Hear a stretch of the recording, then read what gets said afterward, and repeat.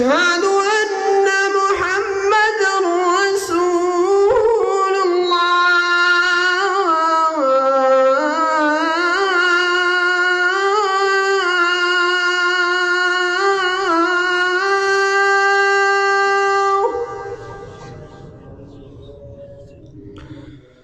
أشهد أن محمدًا رسول الله.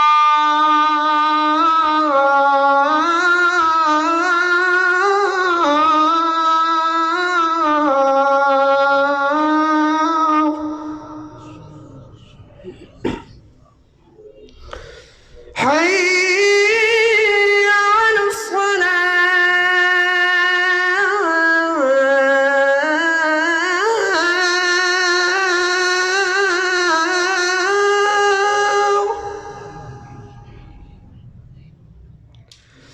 حي على الصلاة.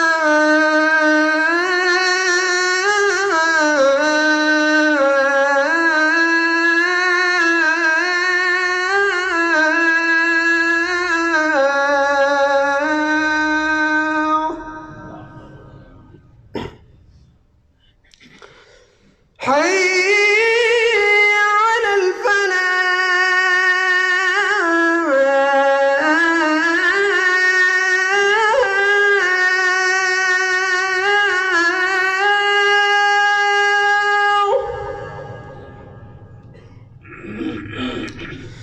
حي على الفلاح.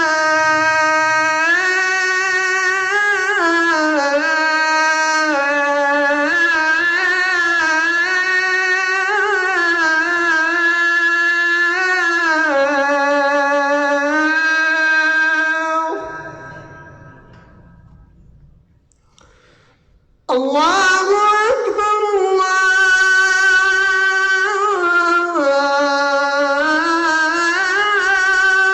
أكبر. لا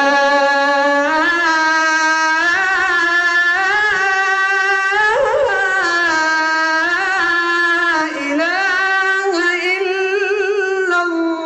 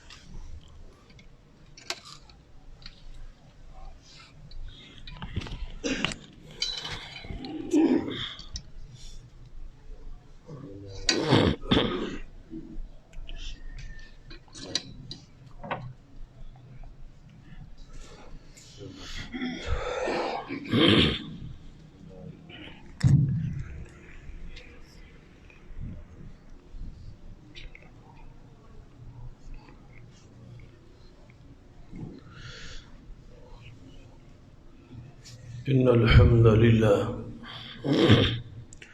نحمده ونستعينه ونستغفره ونعوذ بالله من شرور أنفسنا ومن سيئات أعمالنا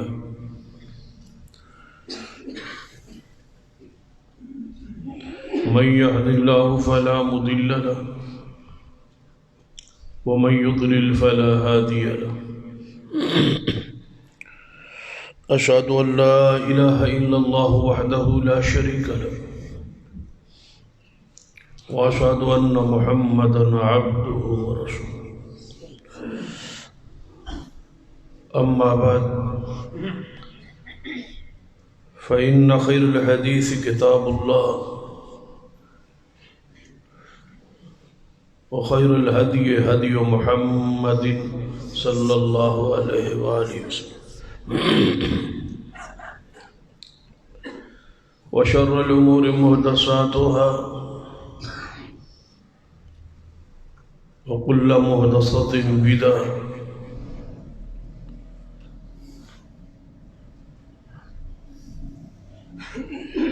وكل بدعة ضلالة.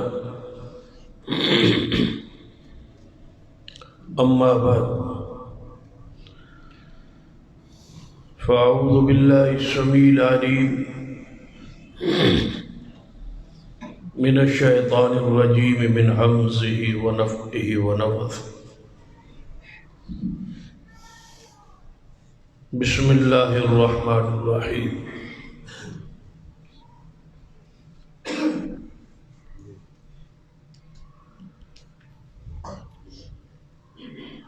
قل جاء الحق وزهق الباطل إن الباطل كان زهوقا. رب اشرح لي صدري ويسر لي أمري واحلل عقدة من لساني يفقهوا قولي. رب زدني علما. سبحان ربك رب العزة عما يصفون وسلام على المرسلين والحمد لله رب العالمين. حضرات،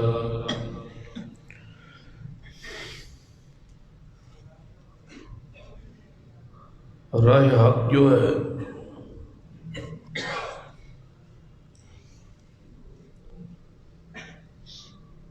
وہ دن کی طرح روشن ہے.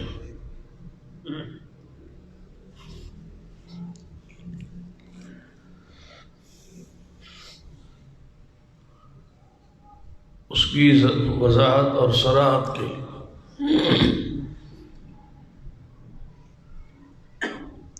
یا راہ حق کی تعین کے لیے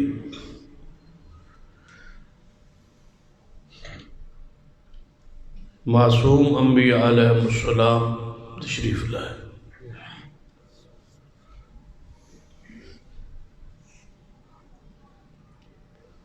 سارے انبیاء کو اللہ نے معصوم رکھا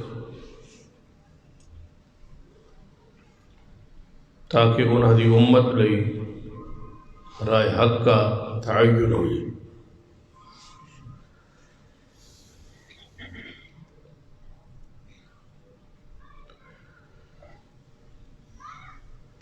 لیکن اس کے باوجود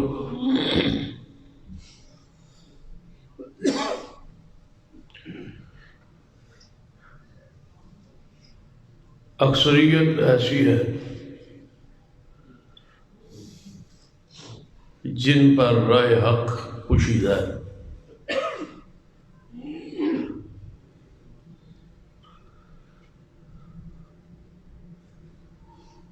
سوا لاکھ نبیوں کے آنے کے باوجود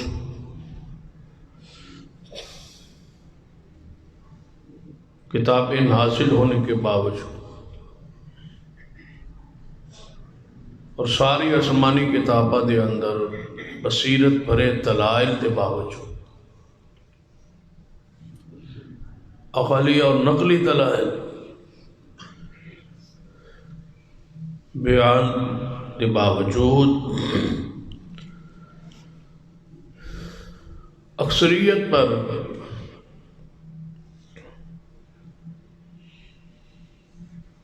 رائے حق مخفی ہے.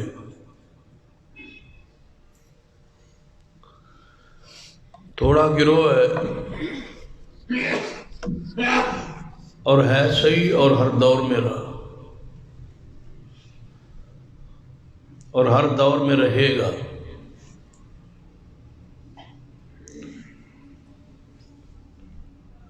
جن کی اللہ مدد کرتا رہے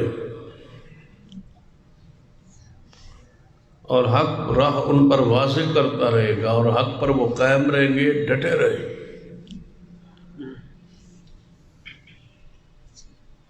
لیکن تعداد ان کی ہمیشہ سے تھوڑی رہی. قلیلا ما تؤمنون قلیلا ما تذکرون قلیلا ما تشکرون. یہ تھوڑے رہے.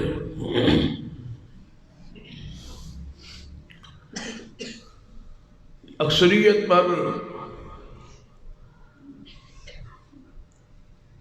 راہ حق جو ہے وہ کشیدہ رہا، یا انہوں نے اس راہ کو، اس حق کو قبول نہیں کی۔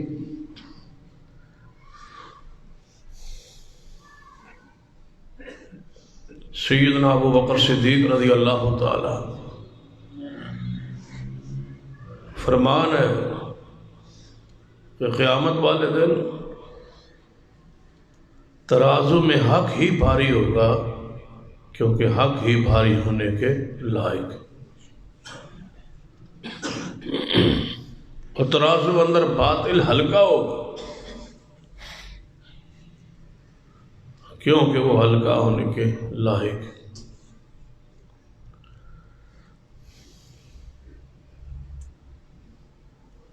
اکثریت لوگوں پر حق کیوں پوشیدہ ہے؟ کہ نبی رحمت صلی اللہ علیہ وسلم کی صفت ہے قرآن میں، لعلک باخع النفس، کیا محبوب صلی اللہ علیہ وسلم آپ اپنی جان گوا بیٹھیں گے ان کے اس غم میں کہ یہ حق قبول کیوں نہیں کرتے؟ اتنا درد تھا، اتنی تکلیف تھی، اور اتنا احساس تھا قوم کا کہ یہ حق قبول کیوں نہیں کرتے۔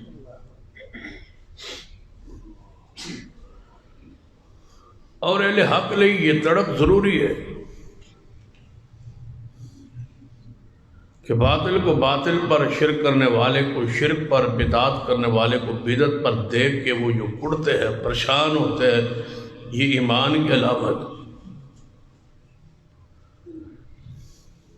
یہ بیچارہ بدعت پر یا شرک پر یا باطل پر یہ کیوں ہے؟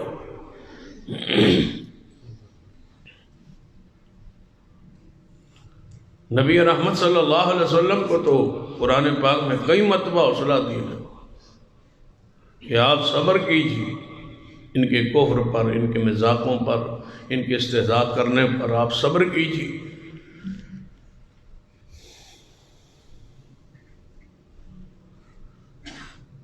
نبی علیہ السلام کے دل میں یہ دکھ، یہ روک، یہ بیماری، پریشانی تھی، قرآن نے اس کو اسی لفظ کے ساتھ یاد کیا۔ جب ابراہیم علیہ السلام نے قوم نے میلے کی دعوت دی تھی تو کیا فرمایا تھا؟ انی سقیم، میں بیمار ہوں۔ اس بیماری کا تعلق شارحین کے نزدیک، مفسرین کے نزدیک یہی ہے کہ نبی کے دل میں یہ دکھ ہوتا ہے کہ قوم شرک پر کیوں۔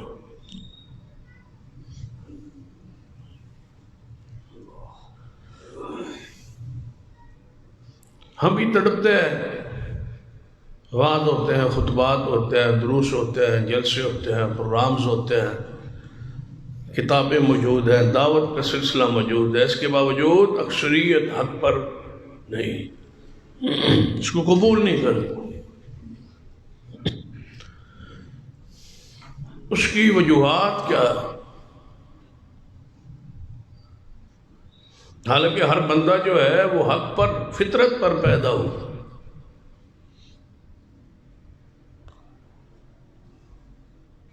فطرت اللہ التی فطر الناس علیہا لا تبدیل لخلق اللہ۔ اللہ فرماتا ہے کہ اللہ نے جس فطرت پر لوگوں کو پیدا کی ہے انہیں اس فطرت کو تبدیل نہیں کرنا چاہیے، اس کی تخلیق کو تبدیل نہیں کرنا چاہیے، اسی پر قائم رہے۔ ذالک الدین القیم، اور یہی سیدھا دین اور یہی سیدھا راستہ ہے۔ وَلَكِنَّ أَكْثَرَ النَّاسِ لَا يَعْلَمُونَ، لیکن اکثریت نہیں جانتی۔ قرآن کا پھر بھی شکوہ یہی ہے کہ اکثریت نہیں جانتی۔ جو بندہ فطرت پر رہے اور فطرت پر قائم رہے، وہ شرک پر، بدعات پر، خرافات پر نہیں لگتا، وہ فطری طور پر ان چیزوں سے متنفر ہوتا ہے، اس لیے کہ اس کی فطرت میں توحید داخل اور شامل ہے۔ اللہ نے فطرت میں بنا دی ہے.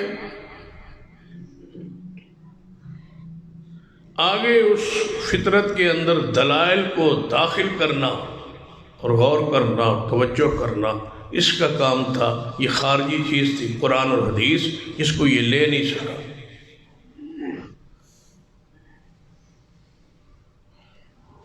فطرت پر پیدا ہونے کے باوجود اس کو ماحول ملا شرک کا، بدعات کا، خرافات کا. والدین جس ڈگر پر تھے، ماحول جس ڈگر پر تھا، وہی ظلم، وہی جہالت اس کے دل اور دماغ میں ڈال دی. اس کی فطرت تبدیل کر دی گئی. وہ فطرت سے ہٹ گیا جس عقیدے پر یہ قائم پیدا ہوا.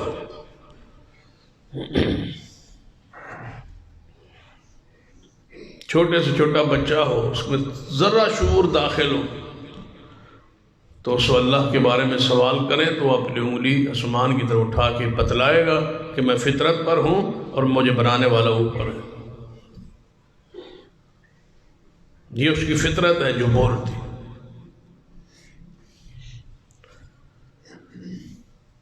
جب حق واضح ہے اور دلائل بھی واضح ہے تو شرک کرنے والا شرک پر کیوں ہے اور بدعت والا بدعت پر کیوں ہے؟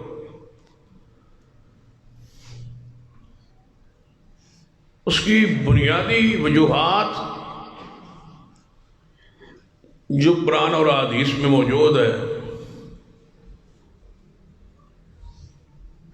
ان میں سے پہلی وجہ جس وجہ سے اکثریت لوگوں کی جہالت میں ہے، شرک میں ہے، بدعات میں ہے، خرافات میں ہے اور ہم پریشان ہوتے ہیں.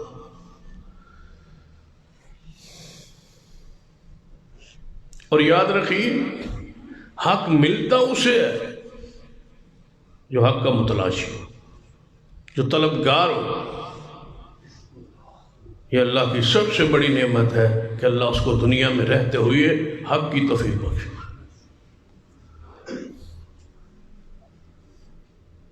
تڑپ کے بغیر یہ نہیں نصیب ہوتا.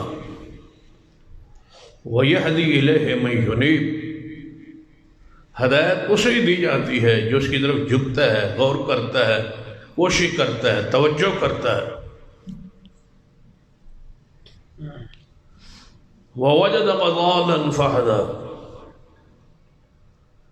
اللہ نے اشارہ کیا ہے کہ محمد رسول اللہ صلی اللہ علیہ وسلم اپنی قوم کا، اپنے علاقے کا، لوگوں کا شرک دیکھ دیکھ کے، کفر اور جو کچھ تھا اس معاشرے میں دیکھ کے پریشان ہوتے ہیں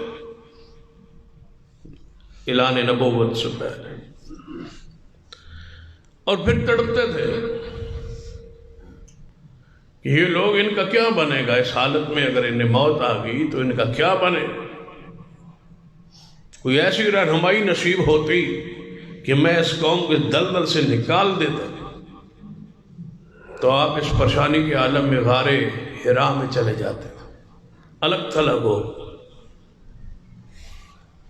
راشن لیتے، ستو لیتے، پانی لیتے اور وہاں چلے جاتے اس قوم سے الگ تھلگ.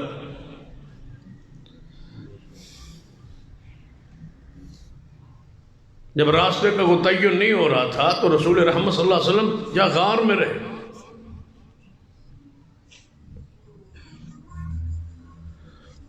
ہم تو ماحول کے ساتھ ڈھل جاتے ہیں، جیسا ماحول ہے، جیسا وقت ہے، جیسے حالات ہیں، اس سے حالات سے کمپرومائز کرو اور جیسے لوگ ہیں ویسے چلو. لیکن نبی علیہ الصلوۃ والسلام نے اس قوم کو اس حالت میں برداشت نہیں کیا اور چھوڑ دیا. جا غار حرا میں سکون کیا، آرام کیا، اسی تڑپ، اسی چاہ، اسی خواہش میں کہ میری پوری قوم گمراہ ہے، پتہ نہیں اس کا کیا بنا.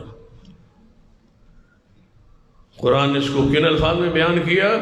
وَوَجَدَكَ ضَالًّا فَهَدَىٰ.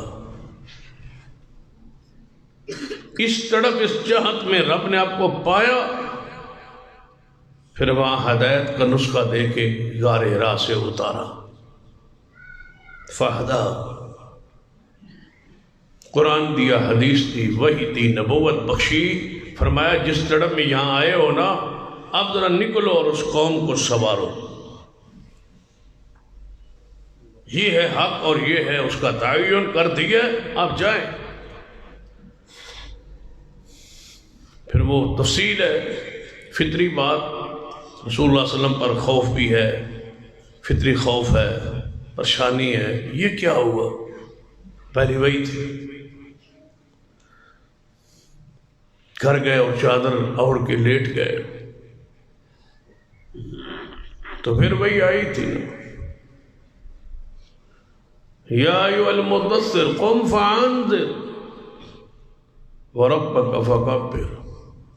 اے چادر اوڑھنے والو، اس لیے تڑپتے تھے، اس لیے روتے تھے، اس لیے پریشان تھے، اب چادر اوڑھ کے سو گئے ہو، قم فانذر، اب اٹھیے اور اس قوم کو جہنم سے بچائیے۔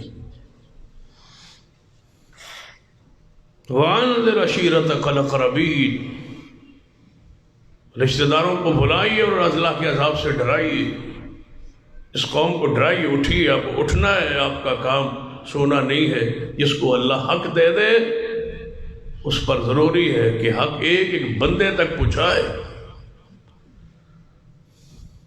اللہ کی رحمت توفیق ہے کہ اللہ نے ہمیں حق بخشا ہے، اور پھر اس حق کے کچھ تقاضے کہ جو بندے حق سے دور ہے ان تک حق لے کے جائیے اور پہنچائیے۔ ہم نے بھی اپنا دین نماز، روزے، حج، زکوٰۃ تک محدود رکھا ہے، بس نماز اپنی پڑھو، کاروبار اپنا کرو، معاملات یہ جانے اور خطبات جانے اور وعظ جانے اور مولوی جانے۔ صحابہ کرام کی زندگی کو پڑھیے، یہاں تک صحابہ کرام کا ہندوستان تک آنا تاریخ سے ثابت ہے۔ کس لیے آئے؟ تجارت کے لیے نہیں۔ یہاں صحابہ کرام دعوت دین لے کے آئے۔ مکہ و مدینہ میں صحابہ کی قبریں تلاش کریں، سینکڑوں میں ملے، تھے لاکھوں میں، قبریں وہاں سینکڑوں میں، کچھ شہید ہوئے اور کچھ طبی موت وہاں فوت۔ دنیا میں پھیل گئے تھے، کس لیے؟ حق کے۔ قبریں افریقہ میں ہیں، ترکی میں ہیں، ہندوستان میں ہیں، افغانستان میں ہیں، قبریں صحابہ کی یار۔ یہ وہ تڑپ ہے جو اہل ایمان کے اندر ہونی چاہیے۔ پہلے خود تڑپیے کہ اللہ ہمیں ہدایت دے، ہمیں حق دے اور حق مل جائے، پھر قوم کے لیے تڑپیے کہ اللہ ان کو جہنم کی آگ سے بچائے، پھر ان تک حق پہنچانے کی کوشش اور فکر کیجیے۔ بات جو مقصود ہے کہ اکثریت پر حق مخفی کیوں ہے، پوشیدہ کیوں ہے؟ کیا وجوہات ہے کہ لوگ حق قبول نہیں کرتے؟ ان وجوہات میں سے پہلی وجہ جس کو محدثین نے متعین کیا ہے، یہ ہے وہ وجہ جس وجہ سے لوگ حق کو قبول نہیں کرتے۔ اس کی پہلی وجہ جہالت۔ جہالت ایک ایسی لعنت ہے جس وجہ سے بندہ حق کو قبول نہیں کرتا، حتیٰ کہ بعض دفعہ بندہ جہالت کے اس درجے پر آ جاتا ہے کہ وَإِذَا خَاطَبَهُمُ الْجَاهِلُونَ قَالُوا سَلَامًا، کہ جب جاہل جہالت کے اس درجے پہ آ جائے کہ سننے کے لیے ہی تیار نہ ہو اور بد و خلقی کا مظاہرہ کرنے لگے، تو پھر یہ کیا حکم ہے کہ اس کو سلام کر کے گزر جاؤ، وہ ہدایت کے لائق اور قابل ہی نہیں رہا۔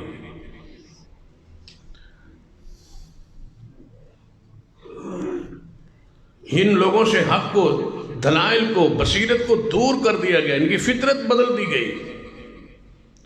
ان کے سامنے آپ حق پیش کریں، قرآنی دلائل پیش کریں، یہ جواب میں ایسے ایسے عقلی تکے بیان کریں گے کہ آپ حیران ہو جائیں، اور وہ ان کو سمجھائے گئے، پڑھائے گئے، لکھائے گئے تاکہ یہ غور نہ کریں، اور ایسی بات کہیں گے کہ آپ لاجواب ہو کے بیٹھ۔ ہزارہا آپ قرآنی حدیثی علمی دلائل بیان کریں، وہ سننے اور سمجھنے کے لیے تیار ہی نہیں ہیں. وہ ایسی ضد کریں گے، ایسی ہٹ دھرمی اور ایسی جہالت پہ اتر آئیں گے کہ اللہ کی. قرآن پاک نے فرمایا اے میرے پیارے حبیب جناب محمد صلی اللہ علیہ وسلم، ان کو کہیے سچے ہو تو دلیل لے آؤ. اگر اپنے شرک پر، بدعات پر، خرافات پر، اگر باطل پر، جس عقائد پر تم ہو، اگر وہ سچے ہیں تو دلیل لے آؤ. اور دلیل کہاں سے لاؤ؟ فرمایا تورات تمہارے پاس ہے، زبور ہے، انجیل ہے، یہ میرے پاس قرآن ہے، اس میں سے کوئی دلیل لاؤ کہ ہم نے کسی نبی کو شرک کے لیے بھیجا تھا. نعوذ باللہ جو تم کر رہے ہو. کسی نبی پر ہم نے دلیل نازل کی تھی شرک؟ کسی پیغمبر نے آ کے یہ قبوری دین جو تمہارے پاس ہے، یہ بتوں کا یہ دین جو تمہارے پاس ہے، کیا کسی نبی نے تمہیں دیا؟ آخر تم ہمارے نبی محمد صلی اللہ علیہ وسلم کو نہیں مانتے تو موسیٰ علیہ السلام کو تو مانتے ہو نا، عیسیٰ علیہ السلام کو تو مانتے ہو نا، ابراہیم علیہ السلام کو تو سارے مانتے ہو نا. ان کی شریعت، ان کی کتابوں میں، ان کے صحائف میں کوئی دلیل ہے کہ کسی نبی نے تمہیں یہ کہا ہو کہ اولیاء کے، بزرگوں کے بت بنا کے انہیں سجدہ کر،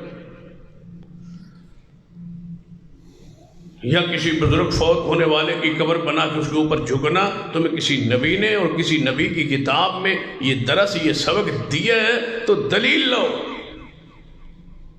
اور کتنی واضح بات. 1.25 لاکھ نبیوں میں سے کوئی نبی تو ہوگا نا جس نے اپنی قوم کو یہ بات کہی ہوئے گی کہ کسی قبر کو بنا لینا اور اس پر مزار بنا لینا، اس پہ سجدے کرنا، یا میری قبر پہ ایسا کرنا، کوئی دلیل تو ہوگی.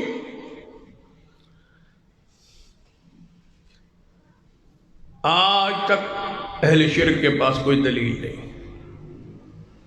زمانے گزر گئے، ہزاروں سال دنیا کو بنے ہو گئے، ایک آج تک دلیل نہیں ہے.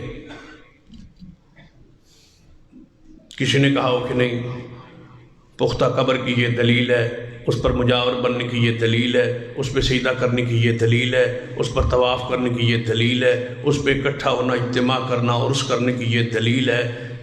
کوئی ایک. ہزاروں سال بیت گئے، دلیل ہی کوئی نہیں، اور بغیر دلیل کے جتھوں کے جتھ ہے شرک کر. اس کی وجہ کیا ہے؟ صرف جہالت. قرآن پاک میں بل اکثرهم لا یعلمون الحق فهم معرضون. ان کے پاس دلیل نہیں ہے. قرآن کہتا ہے دلیل لے آؤ، تورات سے، زبور سے، انجیل سے، قرآن سے کوئی دلیل لے آؤ. دلیل نہیں ہے تو پھر آخر میں کیا فرمایا؟ بل اکثرهم لا یعلمون الحق. یہ اکثریت ہے جو حق کو جانتی نہیں ہے، جہالت میں ہے اور اسی پر پھر رہے. اور قیامت کا دن ہو، قیامت کے دن اللہ کی عدالت میں یہ سارے اہل شرک دلائل سے آری اور خالی دن کا دامن ہے کھڑے ہوں، اور اللہ تعالیٰ ان سے پوچھے گا اور سوال کرے کہ تم نے ہماری آیات کو کیوں جھٹلایا؟ بل کذبوا بما لم یحیطوا بعلمہ. تم نے جھٹلایا تھا بغیر علم کے. میری آیات کو تم نے علم کے احاطہ کے بغیر جھٹلایا تھا نا. تمہیں علم تھا. ان سے پوچھ لیں، یہی کہیں گے اس میں کیا آ رہا ہے؟ جب ہم کسی قبر پر سجدہ کرتے ہیں تو اس میں کیا آ رہا ہے؟ سجدہ تو نہیں کرتے، ویسے جھکتے ہیں، اسی وچ کوئی سبحان ربی الاعلیٰ پڑھنے. یہ دلیل ہے. صرف جھکتے ہی ہیں نا، اس میں سبحان ربی الاعلیٰ نہیں پڑھتے. سبحان ربی الاعلیٰ پڑھے تو وہ ہوتا ہی ہے سجدہ، صرف جھکنے سے سجدہ تو نہیں ہوتا. ان کی دلائل پہ غور کر. بندہ کسی بڑے کو ملنا ہو تو پھر کوئی وسیلے کی ضرورت نہیں ہوتی. یعنی بات اللہ کی ہو رہی ہے، دلیل بندے کی دی رہی. یہ شرک کی وہ جہالت نہیں ہے تو اور کیا ہے؟ پوچھا یہ سوال گندم ہے، جواب چند ہے. پوچھا گیا ہے کہ اللہ کے علاوہ کسی کو سجدہ نہیں. اللہ تمہاری دعا کو سنتا ہے، پکار کو سنتا ہے. اب دلیل کیا ہے؟ کسی بڑے کو ملنا ہو تو چپڑاسی کی ضرورت نہیں ہوتی. بھئی ہوتی ہے لیکن وہ بندے کے لیے. یہ دلیل تمہاری کھوکھلی یہ بندے کے لیے، یہ انسان کے لیے، یہ محتاج کے لیے. جو دور سے سنتا نہیں ہے یہ اس کے لیے، جو ہر جگہ دیکھتا نہیں ہے یہ اس کے لیے، جو ہر جگہ پہ کنٹرول نہیں رکھتا یہ اس کے لیے. ہم نے تو اللہ کے بارے میں پوچھا ہے، دلیل آپ کیسی دے رہے؟ مکان پہ چڑھنا ہو تو سیڑھی کی ضرورت نہیں. ہم نے مکان کے بارے میں پوچھا ہے. ہم نے کب کہا ہے کہ مکان پہ بندہ چھلانگ لے کے چڑھ جاتا ہے؟ اس وسیلے کا یا اس چیز کا کیا تعلق ہے اس ذات کے ساتھ؟ نحن اقرب الیہ من حبل الورید، جو اپنے علم کے لحاظ سے شاہ رگ سے بھی قریب ہے. اس کے لیے اس دلیل کی کیا ضرورت ہے، کیا تک ہے اور کیا عقل اور نقل اس بات کا تقاضا کرتا ہے کہ دلیل ایسی دی جائے، جبکہ اللہ خود کہتا ہے فلا تضربوا للہ الامثال، میرے لیے مثالیں نہ بیان کیا. لیس کمثلہ شیء، میری جیسی کوئی چیز نہیں ہے.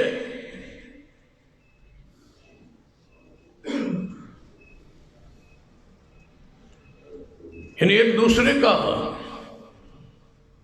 بات پہ اہل شرک نے کبھی غور ہی نہیں کیا. اس کی وجہ قرآن پاک نے بیان فرمائی کہ قیامت والے یہ کیا کہے. دنیا میں یہی کہتے تھے. نبی علیہ السلام جب قرآن ان کے سامنے پڑھتے، دلائل دیتے، دلائل کے انبار لگاتے، تو دلائل کا جواب کیا دیتے؟ وَقَالُوا قُلُوبُنَا فِي أَكِنَّةٍ مِّمَّا تَدْعُونَا. اے محمد صلی اللہ علیہ وسلم، جس کی طرف تم ہمیں بلاتے ہو نا، اے گل سانو سمجھ ہی نہیں آتی. ہمارے دل پردے میں، ہمارے دلوں پہ پردہ ہے، ہم نہیں سمجھ سکتے آپ کی یہ دلائل.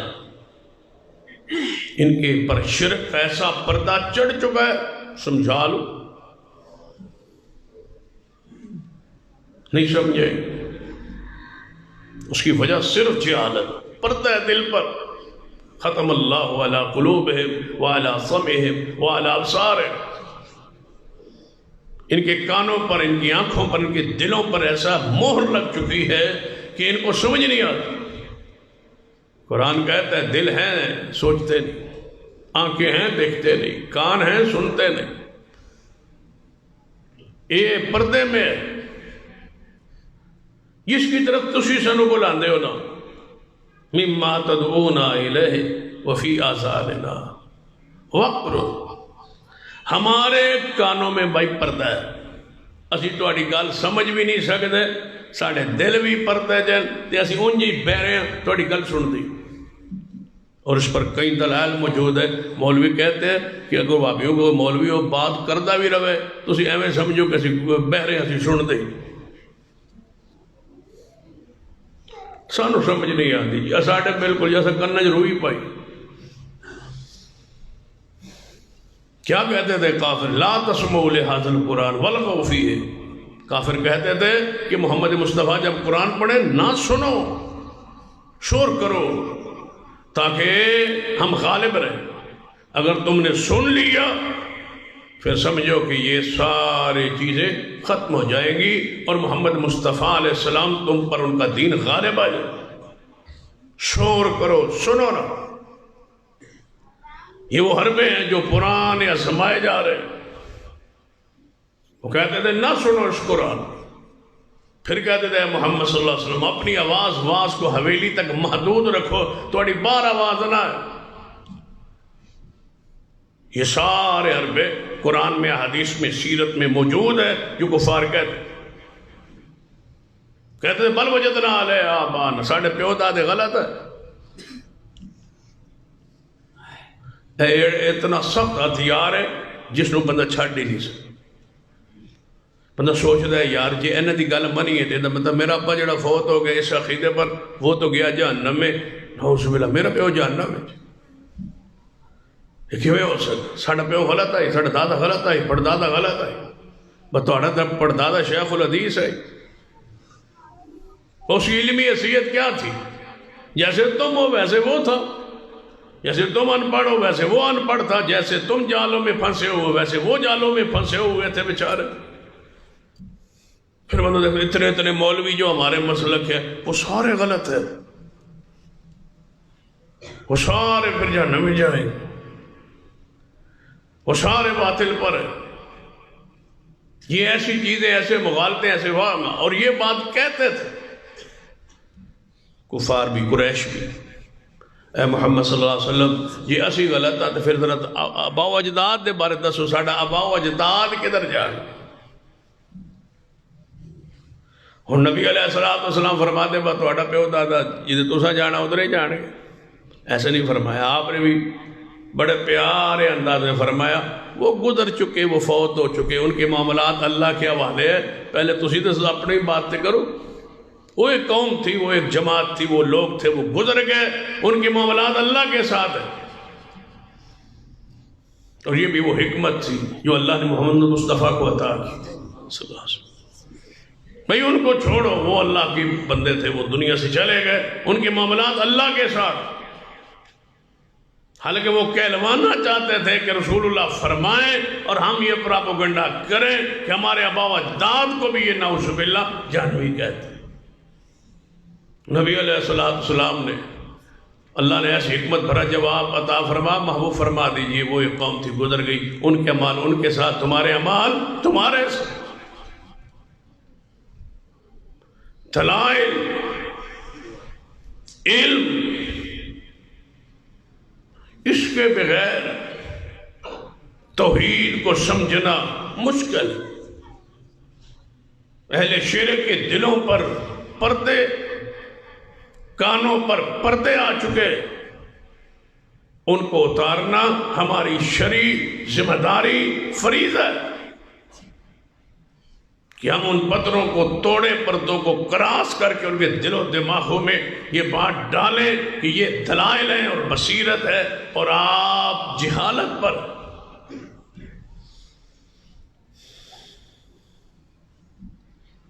صحابہ کرام رضوان اللہ علیہ مجمعین کی سیرت کو پڑھ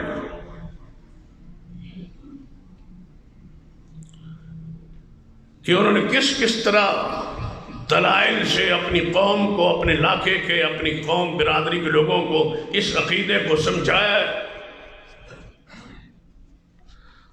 لیکن ہمارے دلوں میں وہ جو جہالت جس کو ہم نے پڑھائی، جو ہم نے ضرورت نہیں سمجھی کہ قیامت والے دن کوئی حساب کتاب بھی ہوگا، پوچھا جائے گا، کوئی عقیدے پر بحث بھی ہوگی، اس پر جنت جہنم ہے، اس لیے ہم یہ چیزوں سے پردے میں.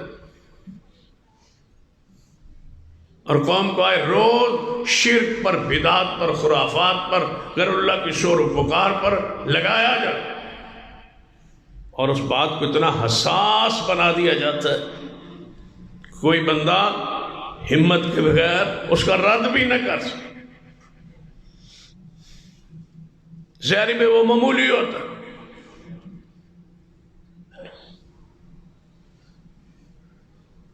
دیکھ لیجیے ایک عالم گزرے فیصل آباد سے، جنگ بازار گھنٹہ گھر کے اندر ان کا مرکز تھا. مولوی سردار صاحب تھے، بریلوی مکتبہ آئے فکر کے تھے. انہوں نے اپنی جماعت میں اکٹھا کر کے یہ بات کہی کہ ہماری اور وابیوں کی مسجد میں کوئی فرق ہونا چاہیے، پتہ چل جائے کہ یہ کس کی مسجد ہے. اس فرق کے لیے دو چیزیں اس نے مشورہ دی. ایک مسجد میں لکھا جائے الصلاۃ والسلام علیک یا رسول اللہ، اور ایک اذان سے پہلے یہی الفاظ پڑھے تاکہ پتہ چلے کہ یہ مسجد گستاخوں کی نہیں ہے، وہابیوں کی نہیں ہے اور ان کی نہیں ہے، مسجد ہماری ہے، مسلمانوں کی، صحیح العقیدہ لوگوں کی، اہل سنت کی، یہ اس کی علامت ہو۔ داخل ہوں تو اندر لکھا ہو، اذان ہو تو یہ پہلے پڑھا جائے تاکہ یہ فرق ہوا جائے۔ یہ ایسا منظم انداز میں کام شروع ہوا کہ اس نے چند سالوں میں پورے ہندوستان میں اس بات کو رواج دے دیا۔ رواج اتنا دیا کہ اس کو اذان کا حصہ سمجھیے، اذان کا حصہ ایسا سمجھا، جو نہیں پڑھتا تھا اس کو درود کا منکر کہا کہ یہ درود مانتے نہیں، منکر ہے۔ حالانکہ مسئلہ تو اذان سے پہلے پیچھے بعد کا تھا، فرق تو صرف اتنا تھا کہ اذان کے پہلے پڑھنا یا اذان کے بعد۔ اذان کے بعد تو حدیث ہے، درود ابراہیمی پڑھنا ہے، ہر مسلمان پڑھتا۔ انہوں نے کہا اذان سے پہلے ہماری علامت ہے، نشانی۔ ایسا شروع ہوا کہ جو نہیں پڑھتا اس کو درود پاک کا منکر کہا گیا اور عوام نے مانا۔ عام مجلس میں بیٹھو تو لوگ آپ کو کہیں گے تسی درود نہیں پڑھو، حالانکہ درود تو نماز میں ہمارے نزدیک فرض ہے، جنازے میں فرض ہے، نماز میں فرض ہے، فرائض میں، سنت میں، نفل میں، وتر میں، تراویح میں کوئی ایسی نماز نہیں جس میں درود نہیں۔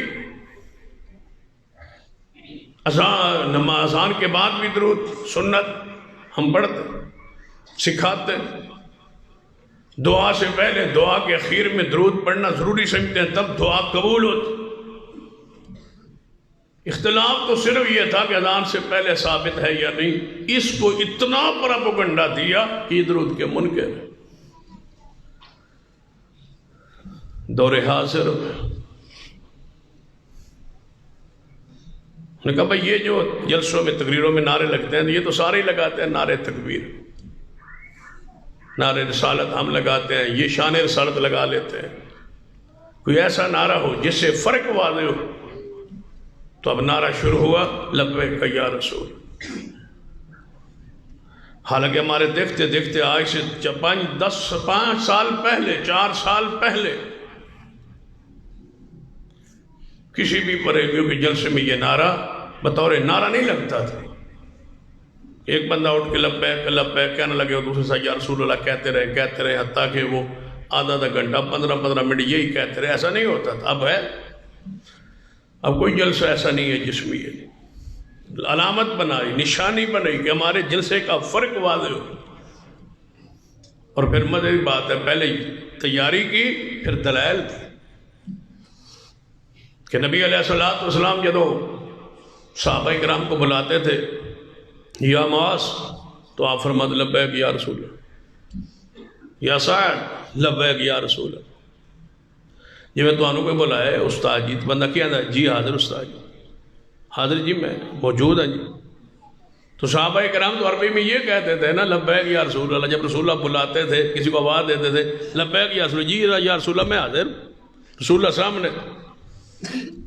کبھی رسول اللہ نے خطاب کیا اور ایک صحابی نے صدیق نے اٹھ کے 15 منٹ نعرے لگوائے ہوں لبیک یا رسول اللہ کے، کوئی حوالہ سوال ہی پیدا نہیں۔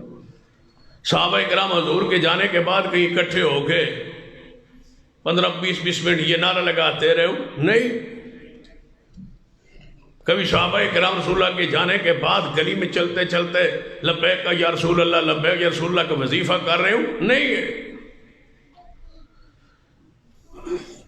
لیکن اب جو نہیں کہے گا یا رد کرے گا، ویکو جی یہ یا رسول اللہ کا، یہ رسول اللہ کے منکر ہیں، رسول اللہ گستاخ ہیں، اب لبیک یا رسول اللہ نہیں کہنے دیتے۔ یہ ہے وہ جہالت جو قوم کو جس پر لگا دیا گیا ہے۔ یہ قوم دلائل اب نہیں مانگتی، اور ساتھ یہ بھی سمجھا دیا گیا۔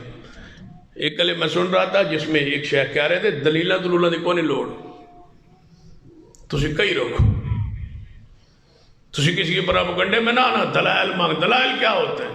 رسول اللہ نال انے واہ محبت کرو، کوئی لوڑ نہیں دلیلہ دی۔ یہ ایسی بات ہے اگلا بندہ مطمئن ہوتا ہے بھائی یار رسول اللہ کے پیار ہی تو بندہ بالکل غرق ہوئے۔ انے واہ حضور نال پیار کرنا ہے، کوئی دلیلہ دی لوڑ نہیں، جو توڑا دل کرے حضور پاک علیہ السلام دی شان مقام حسن جمال جو کہو انے واہ محبت کرو۔ پتری انے واہ کیڑی عربی دے لفظ دا ترجمہ ہے، محبت کرو، رسول اللہ نے فرمایا انے واہ، یا اللہ نے فرمایا انے واہ کرو۔ کوئی بھائی ایسا تو ہوگا نا عربی کا لفظ جس کا یہ ترجمہ ہوگا، یہ معنی ہو۔ رسول اللہ کی تو حدیث ہے لا ترفعونی فوق قدری، میرے نال انے واہ محبت نہ کرو، میرے مقام سے مجھے اوپر نہ لے جاؤ۔ لا تطرونی کما اطرت النصارى المسیح ابن مریم، میرے جو ایسی محبت بڑھاؤ نہ جیسے عیسائیوں نے اپنے نبی کے ساتھ ان کو بڑھوتری کی شان میں اور انہیں بڑھایا، مجھے ایسا نہ کہو۔ لیکن یہ حدیثیں تو تب سنائے جب قوم نو پتا ہوئے حدیث بھی سننی، جب قوم دسے باننے واہ کرنی، پوچھنا کچھنا نہیں، ادھر ادھر ویکھنا بھی۔ سن لیجئے، جب تک تمہارے اندر جہالت ختم نہیں ہوتی اس وقت تک یہ شرک اور بدعات والے بدعت سے بات نہیں ہے۔ اور دوسری وجہ جو محدثین نے بیان کی کہ بندہ حق قبول کیوں نہیں کرتا، اکثریت لوگوں کی حق قبول نہیں کرتی، اس کی وجہ پہلی کیا ہے؟ جہالت۔ یہ وجوہات گنتے رہنا ہے آپ، پہلی وجہ جہالت، اور دوسری وجہ لوگوں دماغوں میں یہ بات ڈال دینا کہ حق مشکل ہے، اے مجتہد بندہ نہ ہوئے نا تو پھر مجتہد دی خوبیاں اس یعنی کہ چیز شرائط رکھی گئی ہے جڑیاں دنیا شاید کسی جو نہ پوری ہو۔ جب تک اس استطاعت علمی پر بندہ نہ آئے نا حق سمجھ نہیں آتا۔ میں دیکھ رہا تھا ایک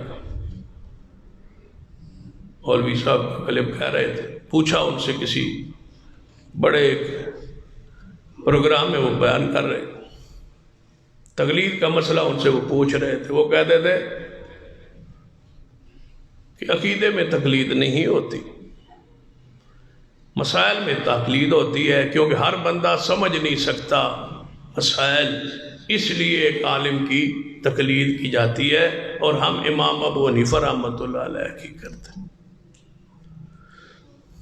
ہمارا جو عالم بیٹھا تھا اس نے کہا بھائی عقیدہ مشکل ہے مسائل سے، یہ دے بھی تسی تقلید نہیں نہ کرتے، کہتے ہو تو عقیدے میں نہیں ہے اعمال میں ہے، جب عقیدے میں نہیں ہے تو عقیدہ تم کیسے سمجھتے ہو؟ کہتے ہیں جی عالم تو غیر مسائل سمجھ نہیں ہوتے اس وقت تقلید کرنے آتے، عقیدہ کہاں سے سمجھ آتا ہے؟ عقیدے میں سارے پی ایچ ڈی ہو تو عقیدہ سب کو سمجھ آ گیا ہے، صرف مسائل سمجھ نہیں آئے، اس کے لیے تقلید ہے۔ پھر ہمارے عالم نے ان سے کہا کہ تقلید جڑی ہے نا مسائل میں تو سی کر دو جی، مسائل عالم نہیں کر دے، جو جاہل ہے عوام ہے ان کے لیے ہے کہ وہ کرے، عالم نہیں کرتا ہمارا۔ انہوں نے کہا تو عالم کیڑا ہے جڑا مقلد نہیں؟ اس نے کہا فی الحال سارے ہی مقلد ہیں۔ امام ابو حنیفہ رحمۃ اللہ علیہ سے لے کر آج تک تقریباً 1300 سال ہونے والے ہیں، 13 صدیاں کوئی جمعہ جڑا مقلد نہ ہوئے، 1300 سال ایک بندہ بھی نہیں جمعہ جو مقلد نہ ہو، سارے امام ابو حنیفہ رحمۃ اللہ علیہ کے مقلد، اور قیامت تک تقلید ہی جاری رہے گی۔ کیا معنی کہ امام صاحب کے بعد قیامت تک مجتہد کے پیدا ہونے پر پابندی نہ کوئی پیدا ہوگا، جیڑا پیدا ہوئے گا اللہ کی رحمت سے اندھا ہی پیدا ہوگا، یعنی مقلد پیدا ہوگا۔ عجیب منطق ہے، نہ عقلی نہ نقلی، کہ امام صاحب کے بعد پیدا کسی نے ہونا ہی نہیں ہے، سارے مقلدین پیدا ہو، عالم ہے وہ بھی مقلد، جاہل ہے وہ بھی مقلد۔ ان کے اندر وہ کوشش ہی ختم کر دی گئی ہے، حق کی تلاش ہی نہیں ہے، جب تک حق کی تلاش نہ ہو حق ملتا نہیں ہے۔ جب تقلید کریں گے تو وہ حق کی تلاش وہ کوشش ختم ہو گئی، کیونکہ تمہیں پتہ ہے بس جتے ہم آگتے ہیں ہم اتنے ہی رہنا سومو بوکمو اومیو فہم لا یرجعون، یہیں رہنا ہے، بہرے ہیں، گونگے ہیں، اندھے ہیں، سننا نہیں ہے، یہیں رہنا ہے۔ حق کی تلاش، تڑپ، اور جدو نکلو گے نا پھر اللہ تنو حق دا راستہ ضرور دے گا۔ قرآن پاک نے کیا فرمایا؟ فَإِمَّا يَأْتِيَنَّكُم مِّنِّي هُدًى فَمَن تَبِعَ هُدَايَ فَلَا يَضِلُّ وَلَا يَشْقَىٰ۔ میری طرف سے ہدایت آئے گی، قرآن و سنت، دین، شریعت، دلائل، جو اس ہدایت کے پیچھے لگا رہے گا وہ گمراہ بھی نہیں ہوگا اور اس کے راستے اور کھوٹے نہیں ہوگے۔ اور جس نے ہمارے ذکر کو وَمَنْ أَعْرَضَ عَنْ ذِكْرِي فَإِنَّ لَهُ مَعِيشَةً ضَنْكًا وَنَحْشُرُهُ يَوْمَ الْقِيَامَةِ أَعْمَىٰ۔ فرما جڑا ساڑھے ذکر تو دلائل تو دین تو قرآن و سنت منہ موڑ لے گا، ہم قیامت والے دن اس کو اندھا اٹھائیں گے اور دنیا میں اس کی معیشت کو، اس کی معاشرت کو، اس کے رہنے کو اور تنگ کر دے۔ دنیا میں تنگ ہے، آخرت میں اندھا ہے، کیونکہ دنیا میں مقلد اندھا ہوتا ہے، قیامت والے دن اللہ اس کو اندھا کرے، دیکھتا ہی نہیں، غور ہی نہیں کرتا، توجہ ہی نہیں کرتا۔ توجہ مجھے یہ نہیں سمجھ آتی مشہور کیوں نہیں آتا۔ میں کل رات کو ایک کلپ سن رہا تھا، مولانا عطا اللہ بندیالوی صاحب، اور بڑا وہ کمال کا کلپ ہے، بڑا خوبصورت ہے، یعنی بڑا اچھا کلپ ہے، مجھے پسند آیا۔ وہ فرما رہے تھے کہ بریلوی جو ہے یہ کوئی مسلک نہیں ہے، اس لیے کہ یہ عامر رضا خان صاحب کا بریلی شہر میں ہندوستان کا ایک مدرسہ ہے، وہاں سے یہ شروع ہوئے، اس سے پہلے یہ نہیں تھے، اس سے پہلے یہ نہیں تھے، یہ 100-150 سال کی بات ہے۔ وہاں سے امام رضا خان صاحب آئے، انہوں نے مدرسہ بنایا، اس مدرسے سے جو نسبت رکھتے ہیں نا علمی، وہ بریلوی ہیں، یہ کوئی مسلک نہیں ہے، اس سے پہلے یہ شروع ہی نہیں ہے، اس سے پہلے ہے ہی نہیں۔ ساتھ فرماتے ہیں کہ دیوبند جو ہے یہ بھی ایک مدرسہ ہے اور یہ علمی ایک نسبت ہے، دیوبند کوئی مذہب نہیں ہے۔ کہتا ہے یہ مذہب نہیں ہے، کیڑی سچی اور سچی اور کھری بات۔ پھر ساتھ پوچھتے ہیں کہ جب یہ 150 سال پہلے دیوبند کا مدرسہ نہیں تھا، بریلی کا مدرسہ نہیں تھا، تو رب کی زمین پہ نہ کوئی دیوبندی تھا نہ کوئی بریلوی تھا۔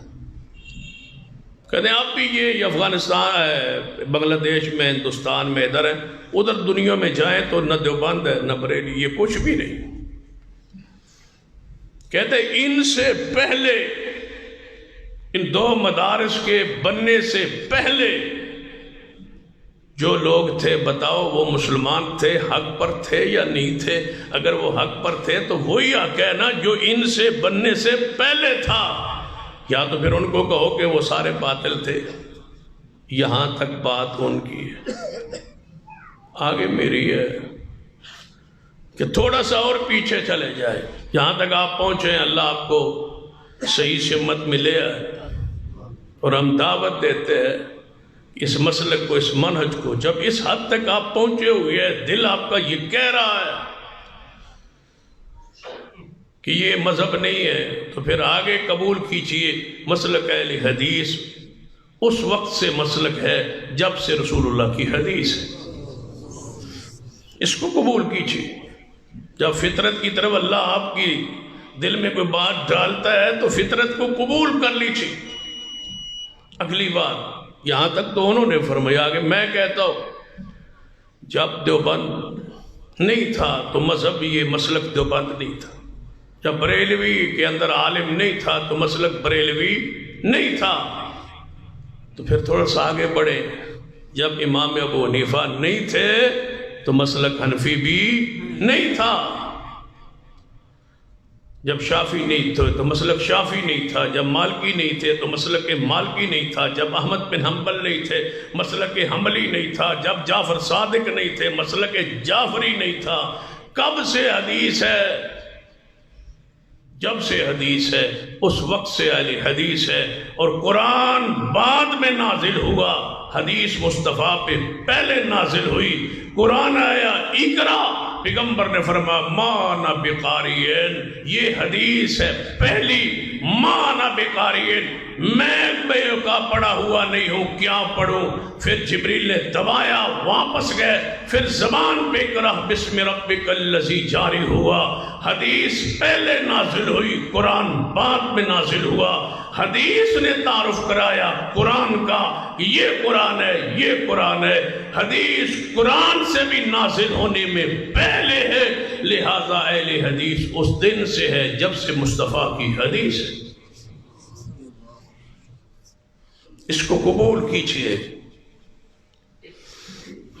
حلقہ احباب اور بڑے لوگوں میں وعظ نصیحت کرے، ہم دعوت دیتے ہیں مسلک اہل حدیث کے قبول کرنے کی۔ تمام علماء جتنے بھی سرگودا میں، ہم سب کو مسلک اہل حدیث قبول کرنے کی دعوت دیتے ہیں کہ یہ وہ مسلک ہے، یہ وہ منہج ہے، یہ وہ دعوت ہے جو اللہ نے مصطفیٰ کے سینے پہ اتاری۔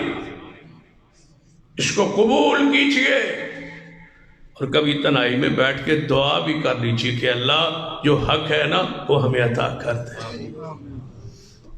اور قرآن کا وعدہ ہے وَالَّذِينَ جَاهَدُوا فِينَا لَنَهْدِيَنَّهُمْ سُبُلَنَا، اللہ فرماندے نے جڑا ساڑھے راہ نو لپن دی کوشش کرے ہم اس کو ضرور راہ دے دیتے۔ تلاش کریں، نکلو تے صحیح۔ اور اس پر تو بے شمار حدیث، سلمان فارسی کو پڑھ لو، بیسوں واقعات میرے ذہن میں آ رہے، ایک واقعہ عرض کرتا۔ سیدنا سلمان فارسی رضی اللہ عنہ، حق کیسے نصیب ہوتا ہے؟ تلاش تڑپ، مجوسی ہے، مذہب کے مجوسی، فطرت ایسی تھی کہ ایک دن ضمیر بول اٹھا کہ یار یہ آگ کی پوجا یہ بھی کوئی مذہب ہے؟ میرے والدین، میری قوم، میرے ماحول غلط ہے، آگ نہیں معبود ہو سکتا۔ کبھی کاش ہم بھی محاسبہ کریں، رات کو لیٹیں اور سوچیں کہ رسول اللہ نے فرمایا تھا 73 فرقے بن جائیں گے، میں کس فرقے میں ہوں؟ اس کے پاس کوئی دلیل؟ میں بھی کوئی بند فرقہ ہوں، قبر کی پوجا کرتا ہوں، بغیر رسول کی پیروی اور اتباع کرتا ہوں۔ کبھی محاسبہ کریں۔ ہم اللہ کی قسم جب بھی محاسبہ کرتے ہیں سوچتے ہیں کہ اللہ تیری رحمت ہے جس نے عقیدہ توحید بخشا ہے اور پیغمبر کی سنت بخشی ہے۔ عملی کوتاہی سستی ہمیں ہو سکتی ہے، لیکن یا اللہ مسلک، منہج، عقیدہ، نماز تو وہی بخشی ہے نا جو آپ نے آسمان سے نازل کی ہے، جو رسول اللہ نے دی ہے۔ مجوسی مذہب پہ تھے، محاسبہ کیا اپنا، محاسبہ نفس، اپنا سوچنا، چربائی پہ لیٹا نا تھوڑا جا محاسبہ کرو۔ ایک محدث کے بارے میں پڑھ رہا تھا، جب وہ لیٹتے تھے نا تو فرماتے تھے میں اللہ تبارک تعالیٰ ذات کے بارے میں تصور کرتا ہوں کہ میرا اللہ ہے، پھر میں اللہ تبارک و تعالیٰ کے بارے میں تصور رکھ کے نا پھر میں آگے سوچتا ہوں، اس کی جنت کو سوچتا ہوں، اس کی نعمتوں کو سوچتا ہوں، اس کے محلات کو سوچتا ہوں، جنت کی حوروں کے بارے میں تصور آتا ہے، ان کا حسن و جمال کو کتبیں جو پڑھا ہے اس پہ سوچتا ہوں، جنت کی نعمتوں کو سارا سوچنے کے بعد پھر میں تصور میں ہی جہنم میں چلا جاتا ہوں، اس کی آگ کو، اس کے بچھوؤں کو، کانٹوں کو، تھور کے درخت کو سوچتا ہوں۔ سوچنے کے بعد اپنے نفس کو کہتا ہوں اے میرے نفس، دونوں چیزوں کو تو نے سوچ لیا ہے، اب بتا تو کہاں جانا چاہتا ہے؟ کہاں جانا چاہتا ہے تو؟ ادھر یہ ہے اور ادھر یہ ہے، اور دن یقینی ہے اور آنے والا ہے۔ اب تیری مرضی، دکھ برداشت کر کے ادھر چلا جا، تیری مرضی، عیش و عشرت کر کے جہنم میں چلا۔ میں تجھے یہ سمجھا رہا ہوں اپنے نفس کا محاسبہ کہ میں کہاں کھڑا ہوں۔ اس دور میں جس نے اپنے آپ کا محاسبہ کیا، گناہوں سے بچنے کا واحد راستہ یہ ہے کہ روزانہ چرپائی پہ آگے دن کے گناہوں کو گنا کریں، کتنے گناہ میں نے کیے، اور ساتھ تہیہ کیا کریں کہ کل میں اتنے گناہ نہیں کروں گا۔ ایک دن آئے گا کہ سارا دن آپ گناہ نہیں کریں، جب رات محاسبہ ہو جائے اور تہیہ ہو جائے کہ میں اتنے گناہ کل نہیں کروں۔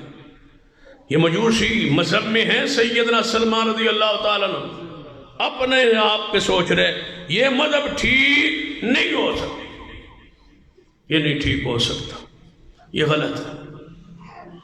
کبھی آپ نے سوچا ہے، آپ بھی سوچے نا کہ یہ قبر، یہ طواف، یہ چڑھاوے، یہ پختہ قبریں، یہ عرس میلے، مرد عورتوں کا اختلاط، یہ پیری مریدی، یہ کیا ہے؟ کیا رسول اللہ سے شروع ہوئی ہے یا ہمارے معاشرے میں ہے؟ کبھی غور کر لیا کرے۔ یہ آگ کی پوجا، یہ مذہب یا معبود ہو آگ نہیں مانتا۔ چلتے چلتے نا تحقیق کرتے کرتے عیسائی ہو گئے۔ کون؟ سلمان فارسی عیسائی ہو۔ اس وقت حق مذہب عیسائی ہی تھا، کیونکہ محمد مصطفیٰ بھی تشریف نہیں لائے تھے۔ عیسائی راہ مل گیا، اللہ کی پوجا عبادت کا تصور آ گیا، اللہ کی معرفت ہو گئی، اس میں رہے۔ سیدنا سلمان رضی اللہ تعالیٰ عنہ فرماتے ہیں میرے استاد جو عیسائی پادری تھے، وہ جب بیماری میں چلے گئے نا، اور بالکل ایسا لگا جیسے آج کل چند دن کے مہمان، تو میں پاس بیٹھ گیا۔ میں نے کہا استاد جی ایک بات پوچھنا چاہتا ہوں، اگر اللہ نہ کرے، اللہ آپ کی زندگی لمبی کرے اور تو موت آ جائے، تو پھر میں یہ دسی جاؤ کہ یہی مذہب حق ہے، یہی سچ ہے، اسی پر قائم رہنا ہے، اسی پہ مرنا ہے۔ راہب کہنے لگا اے سلمان رضی اللہ تعالیٰ عنہ، میں تورات پڑھی، زبور پڑھی، انجیل پڑھی، ساری آسمانی کتاباں نو دا علم اللہ نے میں بخشیا ہے۔ میں لگتا ہے میری زندگی وفا نہیں کرے گی، میں دنیا تو جا رہا ہوں، لیکن ایک بات اپنی زندگی دے علم دا نچوڑ تنوں دس رہا، ایک نبی ضرور آئے گا، ایک نبی ضرور آئے گا صلی اللہ علیہ وسلم۔ جو نبی تیری زندگی اندر آ جائے، اس نبی علیہ السلام دا کلمہ پڑھ کے اس دا مرید بن جانا، وہی حق ہوگا، وہی نبی ہوگا، وہی سچا پیارا رب کا محبوب ہوگا۔ فرمایا استاد جی میں تے مجوسی مذہب بڑی مشکل نہ چھڑے ہے، پھر عیسائی مذہب اندر آیا، میں نو کیویں پتہ چلے گا، ایک عامی بندے نو کیویں پتہ چلے گا کہ یہ وہی نبی آ گیا ہے جن دے بارے تسی میں نو خبر دے رہے ہو؟ فرمایا اے سلمان میں تنو دو چار نشانیاں دسدا واں، وہ نشانیاں پلے باندھ لے جڑیاں میں تورات زبور انجیل اندر پڑھیاں نے، جے وہ نشانیاں پوریاں ہو گئیاں سمجھی وہ اللہ دا سچا نبی ہے۔ فرمایا استاد جی نشانیاں دسو؟ فرمایا نوٹ کر لے نشانیاں۔ پہلی نشانی اس نبی دی ہوئے گی جس بستی چاہے گا اس بستی اندر کھجوراں عام ہون گیاں، کھجوروں والی بستی ہوگی، بہت فصل ہوگی کھجوروں کی۔ اور دوسری علامت ہوئے گی وہ نبی صدقہ نہیں کھائے گا، اور تیسری علامت ہوئے گی کوئی تحفہ دیوے تے قبول کرے گا، اور چوتھی علامت نشانی ہوئے گی اس نبی دے دو کندھیاں دے درمیان نبوت دی مہر ہوئے گی۔ سلمان رضی اللہ تعالیٰ فرما دے یہ چار نشانیاں میں پلے باندھ لیاں نے، نشانیاں باندھ کے تے میرے استاد چند دن بعد فوت ہو گئے، انہاں دے کفن دفن تو فارغ ہویا، میں سفر شروع کر دیتا ہے، اپنے علاقے دا شہزادہ ہے لیکن حق دی تلاش اندر نکل چکے ہے، ساڑی تو مالی بھی حیثیت نہیں جو سلمان رضی اللہ تعالیٰ عنہ دیئے، اپنے علاقے دا شہزادہ سی، گھر والیاں نے بند دیتا سی جد عیسائی مذہب اختیار کیتا ہے، بڑی مشکل نہ چھڑائے ہے، انہاں زنجیرہ تو اپنے آپنوں عیسائی مذہب اختیار کیتا ہے۔ پھر عیسائیت دی حالت اندر جدوں استاد فوت ہو گیا ہے، انہوں نے حق دی تلاش اندر نکل پڑے ہے، سفر کردیاں فارس تو چلے ہے سلمان رضی اللہ تعالیٰ عنہ، آ کھجوراں دی بستی وال پچھدا مدینہ طیبہ گیا ہے۔ یہ ہے کھجوروں کی بستی. رسول اللہ مکے میں ہے اور یہ کہاں گیا ہے؟ مدینہ. اتنے آگے غلامی اختیار کر لئیے. کسی بندے کو رہ پیا مزدوری تے کھجوراں چڑھ کے توڑیا کرتا ہے. ایک دن کھجوراں توڑ رہے نے سلمان رضی اللہ تعالیٰ عنہ. نیچے انہاں دا مالک کھڑا ہے کھجوراں سمار رہا ہے. ایویں ایک بندہ آیا انہاں دے مالک کول کہن لگا انہیں مالک نو سلمان دے مالک نو یار تو سنے ہیں مدینے ایک نبی آیا ہے. ہجرت کر کے محبوب مدینے پہنچے تھے. اسی ایک دو دن پہلے ایک نبی آیا ہے جدا نام محمد صلی اللہ علیہ وسلم. وہ دعوے دار ہے کہ میں اللہ کا نبی ہوں. سلمان کھجورا توڑ رہے سن, ہاتھ رک گئے, نیچے اتر آئے. مالک نو کہنے لگے جڑا تیرا دوست دس رہا سی کسے نبی دے بارے وہ کہاں ہے نبی؟